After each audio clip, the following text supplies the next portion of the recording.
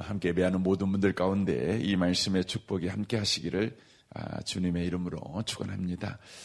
하나님은 저와 여러분을 향하여서 하나님의 소원을 가지고 계십니다. 우리는 예수를 믿으면 우리의 소원을 우리가 가지고 있지요. 예수 믿기 전에도 우리는 우리의 소원을 가지고 있습니다. 그런데 예수 믿은 후에도 우리의 소원을 여전히 가지고 살아갑니다. 어쩌면 예수 믿기 전보다 예수 믿은 이후에 우리의 소원은 좀 더 강화되어지고 좀 더 커지지 않나 이런 생각이 들어집니다. 하지만 예수를 저와 여러분이 믿은 이후에 우리에게 있는 우리의 소원은 부정되어지고 하나님의 소원이 우리의 소원으로 변화되어지는 일을 우리 하나님께서 하신다는 것입니다.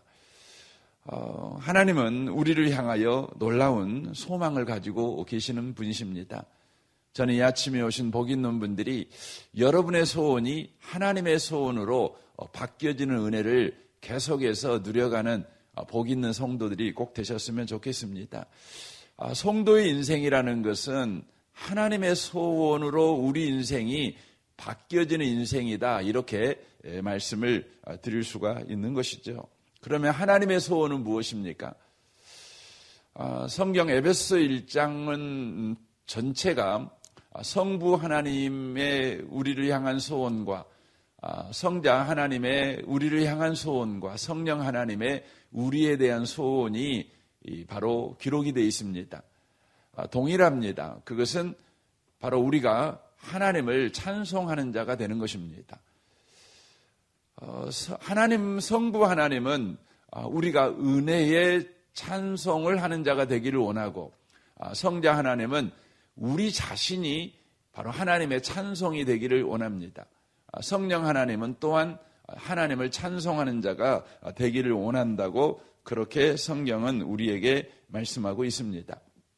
한마디로 말하면 하나님의 은혜만 찬송하는 자, 바로 우리 자신이 하나님의 은혜의 찬송의 증인이 되는 자, 바로 그것이 하나님께서 우리를 향하신 바로 소망이다 이렇게 말씀을 드릴 수가 있습니다.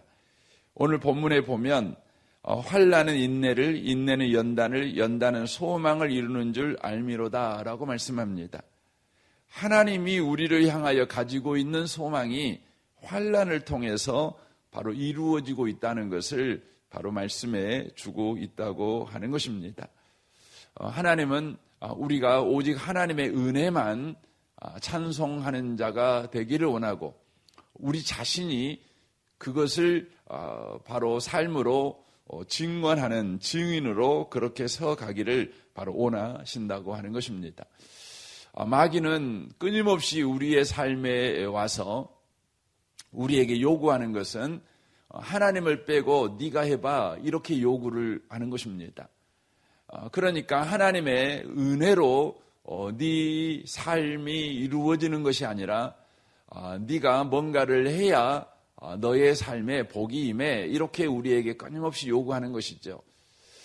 창세기 3장에 보면 하나님께서 아담과 하와를 에덴 동산에 살게 하시는 복을 허락하십니다.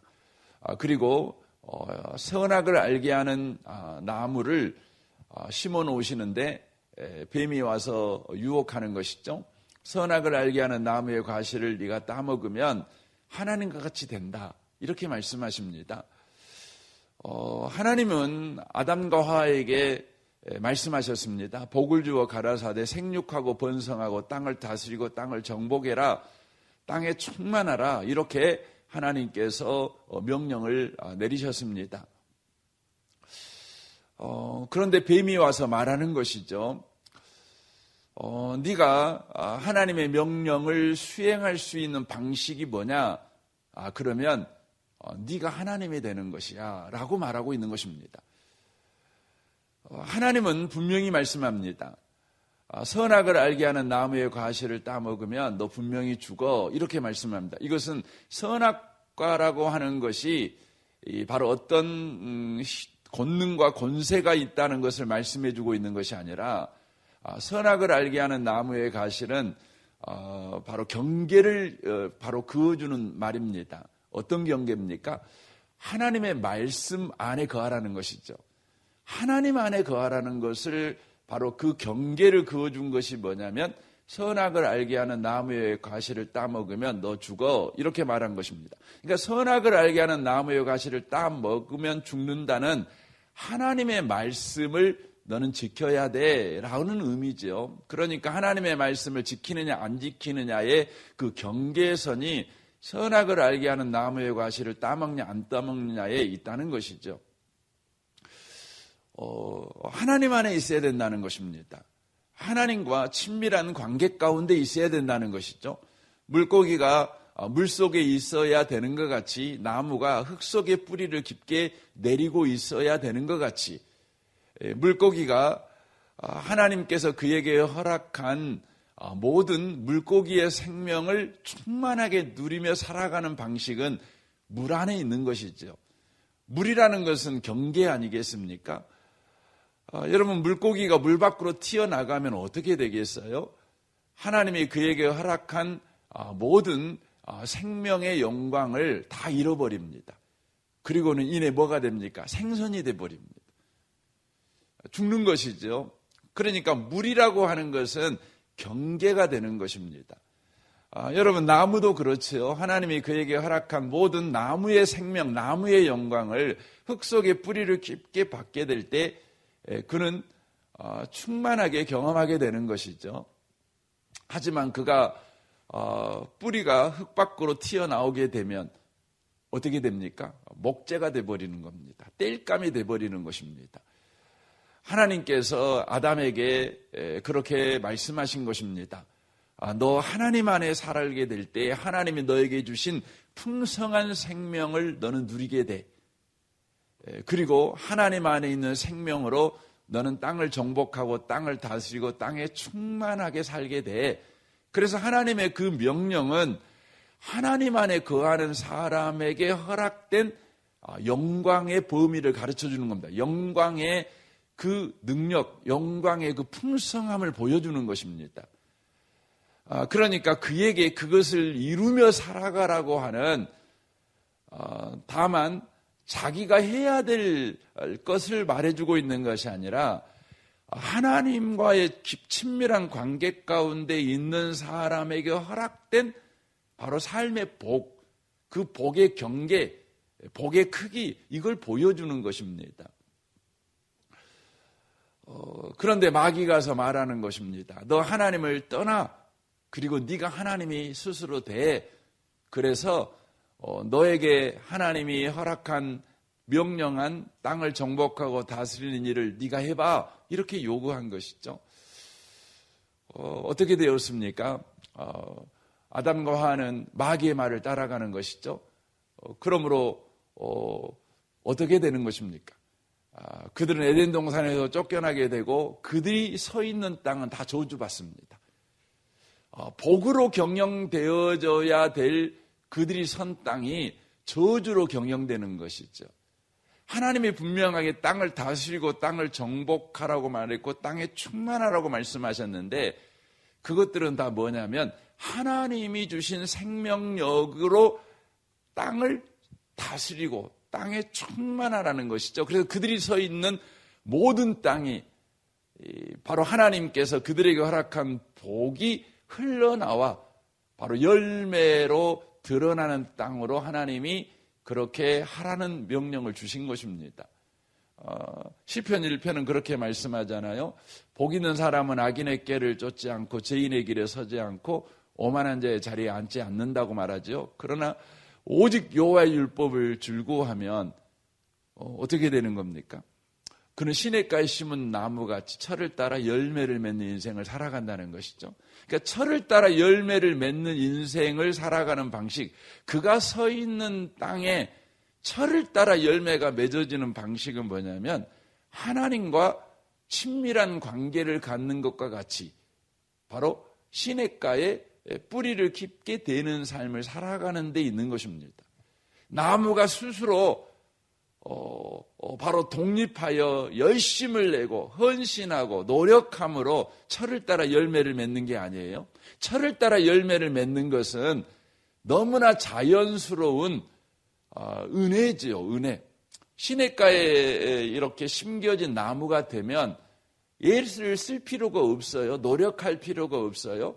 헌신할 필요가 없어요. 그냥 자연스럽게 여러분 열매가 맺어지게 돼 있는 것입니다. 그러므로 그 나무는 열매를 통해서 하나님께 영광을 돌리는 거예요. 내가 노력하지 않았지만, 내가 애쓰지 않았지만, 내가 헌신하지 않았지만 주님께 내 삶의 뿌리를 깊게 잇대어 살았더니 이렇게 풍성한 열매가 맺어졌습니다. 그러니까 풍성한 열매는 결국 뭡니까? 하나님이 내게 은혜로 주신 것입니다 하고 하나님의 은혜를 바로 찬송하는 것이 되는 것이죠. 마귀는 오늘 또 우리에게 와서 유혹하는 것이에요. 뭐라고 유혹합니까? 네가 한번 노력해봐, 네가 한번 애써봐, 그러면 너는 열매를 맺게 될 거야. 지성이면 감천이야. 네가 지극정성으로 하면 하늘이 감동해서 너에게 복이 임할 거야. 하늘에서 복이 임하는 바로 결정적인 이유는 너의 지성에 달려 있어. 이렇게 말을 하는 것이죠. 마귀는 오늘 또 거짓말을 치는 거죠. 여러분 TV를 틀어보면 방송이 끊임없이 우리한테 거짓말을 쳐요. 여러분 서점에 가보면 자기계발서라는 책이 끊임없이 우리에게 목소리를 높여서 우리에게 거짓말을 해요. 뭐라고 말하는 겁니까? 네가 노력해야 돼. 네 인생은 네가 얼마나 노력하느냐에 따라 달렸어 라고 말하는 것입니다. 하지만 하나님은 우리에게 말씀하셔요. 뭐라고 말씀합니까? 은혜예요, 은혜. 네가 얼마나 하나님과 관계 안에 사느냐에 달렸다는 거죠. 그래서 요한복음 15장에 예수님께서 말씀하는 거죠. 여러분 포도나무에 붙어있는 가지, 이 가지에는 어떤 일이 벌어지죠? 열매가 맺어져요. 그건 당연한 거예요. 그러나 가지가 여러분 포도나무에 떨어지면 어떻게 됩니까? 열매를 맺을 수 없어요. 가지가 어떤 노력을 해도 맺을 수 없는 것입니다. 하나님께서 애굽에서 이스라엘 백성을 이제 건져냈습니다.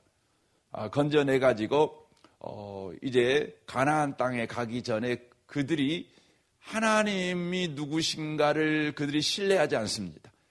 가나안 땅은 이제 구원받은 우리가 정복해야 돼 라는 생각을 가진 것입니다. 그러니까 내가 구원을 받았어요. 얼마나 감사합니까? 이제 구원받았으니까 하나님께서 내게 주신 구원에 우리가 보답하는 그 구원에 우리가 참으로 하나님 앞에 감사하는 그런 인생을 우리가 스스로 살아내야 된다는 것이죠. 그러니까 애굽에서 우리를 하나님이 건지셨다면 가나안 땅은 이제 내가 들어가야 된다는 것이에요. 그런데 가나안 땅에 막상 들어가려고 봤더니 나는 힘이 약하고 가나안의 일곱 족속은 너무 강한 거예요. 그러니까 못 들어가겠다는 거죠. 그래서 우리 하나님께서 40년 동안 그들을 광야 생활에서 훈련을 시켜요. 그 훈련이 뭡니까? 신명기 8장에 나와 있죠. 사람이 떡으로만 사는 것이 아니라 하나님 위해서 나는 모든 말씀으로 산다는 거예요. 이거 훈련시켜요. 이게 무슨 훈련입니까? 사람이 밥만 먹고 못 살아. 하나님 말씀 매일 묵상하며 살아야 돼. 이런 의미의 말씀일까요? 그렇지요. 여러분 40년 동안 우리 하나님께서 훈련시킨 게 있어요. 그들에게 매일 만나를 줬어요. 그렇죠? 매일 만나를 줬어요. 여러분 그거 다 하나님의 은혜로 줬잖아요. 그들이 배가 고프지 않도록 매일 만나 줬어요. 그리고 고기 먹고 싶어요. 그러면 메추라기 줬어요. 그래서 그들은 광야 생활하면서 한 번도 배고파 본 적이 없어요. 배고파 본 적이 없어요. 여러분 우리는 보통 그런 이야기 합니다. 사람이 배가 고프면 어떻게 합니까? 여러분 3일 참지 못하고 남의 담 넘어가는 것이죠. 그러면 사람이 배가 부르면 착하게 살까요? 배가 살면 여러분 사람들이 선한 일 하며 살까요? 여러분 배가 부르면 사람들이 옳은 일 하며 살까요? 배가 부르면 하나님께 영광 돌리는 일을 하며 살까요? 배가 부르면 언제나 감사합니다, 감사합니다 이렇게 살까요? 여러분 그렇게 못 살아요. 40년 동안 우리 하나님께서 이스라엘 백성들에게 경험시킨 것이 뭐냐면 사람이 아무리 배불러도 착한 일을 할 수 없더라예요. 사람이 아무리 고기 뜯어먹고도 감사하며 살지는 않더라 이거예요. 이것을 철저하게 40년 동안 경험해요. 그들은 배고파 본 적도 없고 그들은 먹고 싶은 거 못 먹어본 적도 없는데 40년 동안 뭐 하냐면 맨날 원망해요.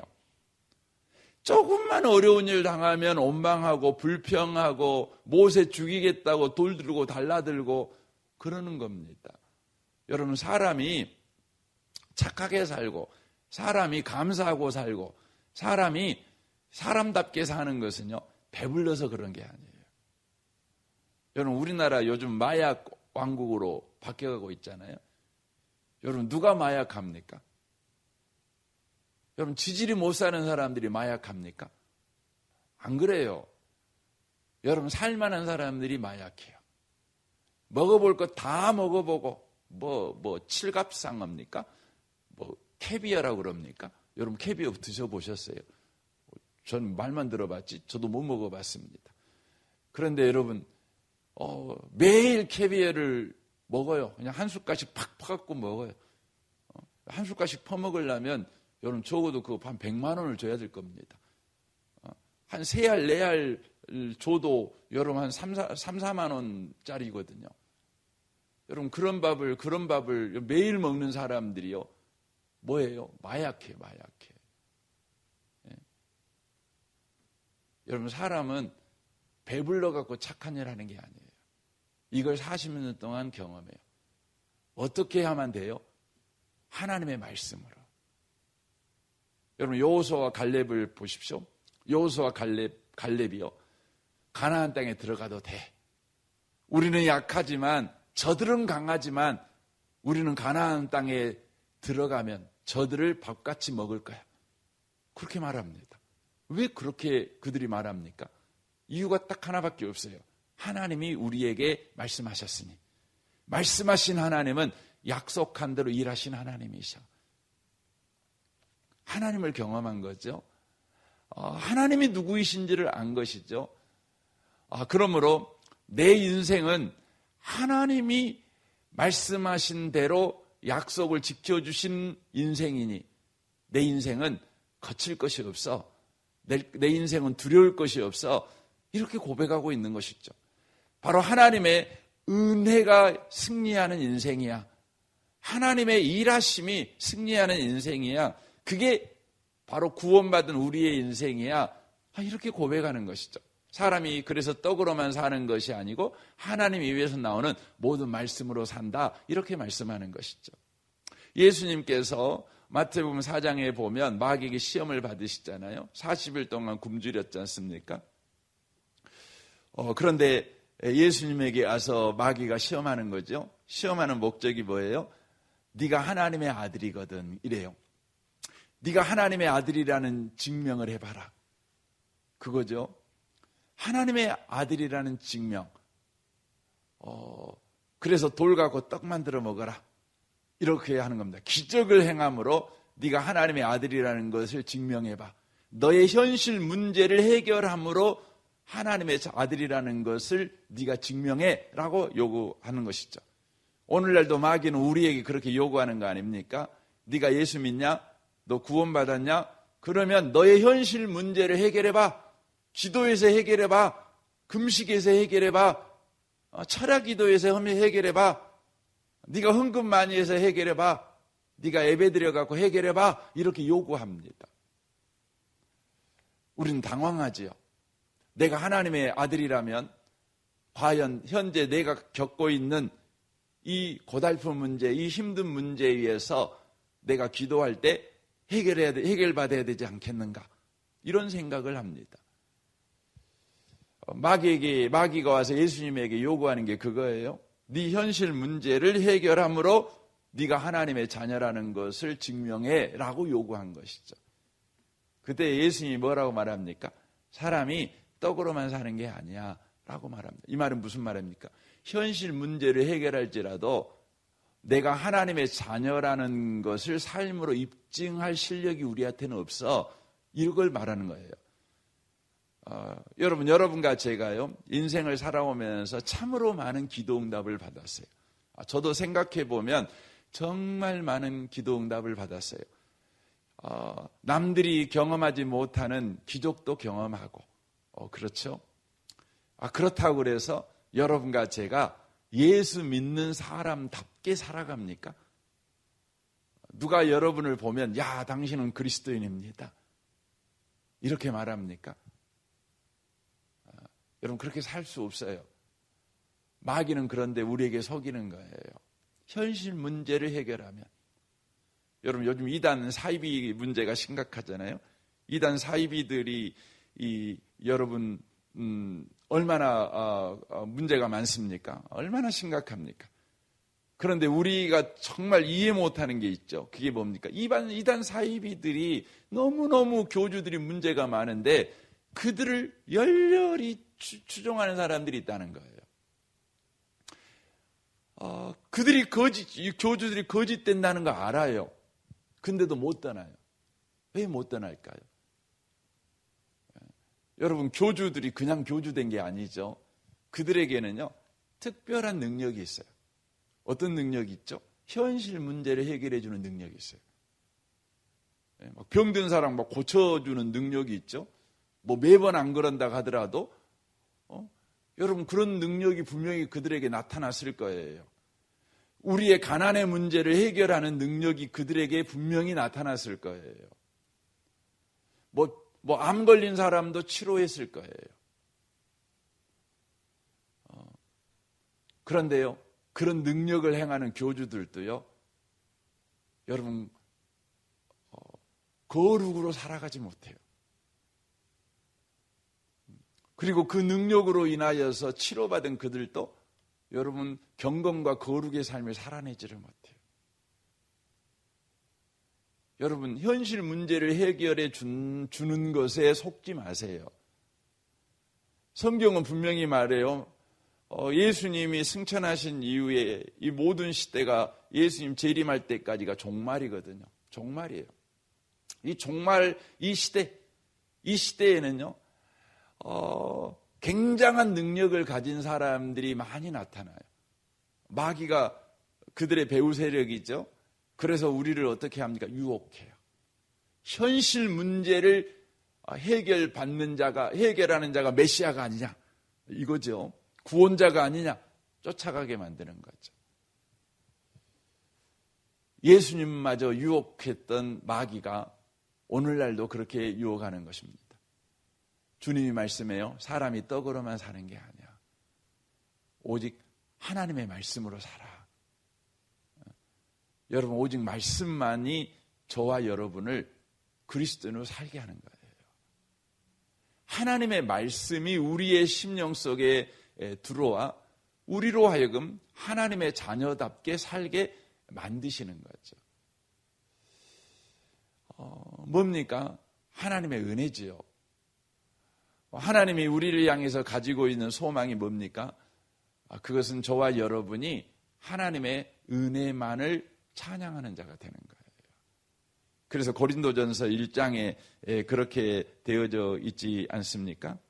25절부터 보면 형제들아 너희의 부르심을 보라라고 말씀하시면서 육체를 따라 능한 자가 많지 아니하지 않냐?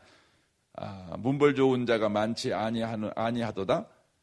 그러나 하나님께서 세상에 미련한 것들을 택하사 지혜 있는 자들을 부끄럽게 하려 하시고 세상에 약한 것들을 택하사 강한 것들을 부끄럽게 하려 하시며 쭉 말씀하시죠. 그러면서 29절에 이는 아무 육체도 하나님 앞에서 자랑하지 못하게 하려 하심이라. 너희는 하나님으로부터 나서 그리스도 예수 안에 있고 예수는 하나님으로부터 나와서 우리에게 지혜와 의로움과 거룩함과 구원함이 되셨으니 라고 되어 있어요. 여러분 지혜, 의로움, 거룩함, 구원은요 예수 안에만 있어요. 예수 안에만 있어요. 그리하여 기록된 바 자랑하는 자는 주 안에서 자랑하라 함과 같게 하려 함이라 라고 돼 있어요. 이 아침에 오신 복 있는 성도 여러분, 오늘도 우리는 주의 은혜로 살아가는 자들입니다. 오늘도 주의 은혜를 소망하는 복 있는 분들이 되시길 바랍니다. 아니, 주의 은혜를 오늘도 찬양하는 그런 성도의 삶을 살아내는 오늘 복 있는 저와 여러분이 꼭 되시기를 바랍니다. 이 은혜가 우리 가운데 함께 하시기를 주님의 이름으로 축원합니다. 아멘. 우리 같이 기도하겠습니다. 이 아침에 우리 같이 기도할 때 하나님의 은혜만을 찬송하는 자리까지 우리를 인도하시는 하나님의 소망이 오늘 우리의 삶 가운데 나타나는 은혜가 우리 가운데 있게 해 주옵소서. 마귀는 오늘 또 우리를 속입니다. 네가 해봐, 그렇게 말합니다. 하나님 빼고 네가 해봐. 네가 은혜로 구원받았으니 이제 하나님 빼고 네가 해봐. 여러분, 마귀에게 속으시면 안 됩니다. 우리는 구원도 은혜로 받았지만 구원받는 삶도, 구원 받은 자의 삶도 오직 은혜로만 가능합니다. 사람이 떡으로만 사는 것이 아니고 하나님이 위해서 나오는 모든 말씀으로 삽니다. 주님, 우리에게 이 아침에 다시 한번 은혜의 주님을 바라보는 은혜를 허락하여 주시고 오늘 하루 온통 은혜의 주님을 찬양하는 우리가 되게 해 주옵소서. 우리 성도들을 위해서 기도해 주시고 또 우리 교회의 모든 다음 세대를 위해 기도해 주시고 우리 마을을 위해 기도해 주시고 또 이 나라 이 민족을 위해서 열방을 위해서 선교사님들을 위해서 기도해 주시고 또 오늘 저녁에 제자훈련이 있는데 제자훈련 과정에 하나님의 은혜가 함께하도록 참여하는 모든 분들에게 그리스도의 제자의 은혜를 누려가는 은혜가 있도록 또 기도해 주시면 좋겠습니다. 우리 좋으신 주님께 이 아침에 통성으로 구하겠습니다. 기도하겠습니다. 오 하나님 아버지, 감사합니다.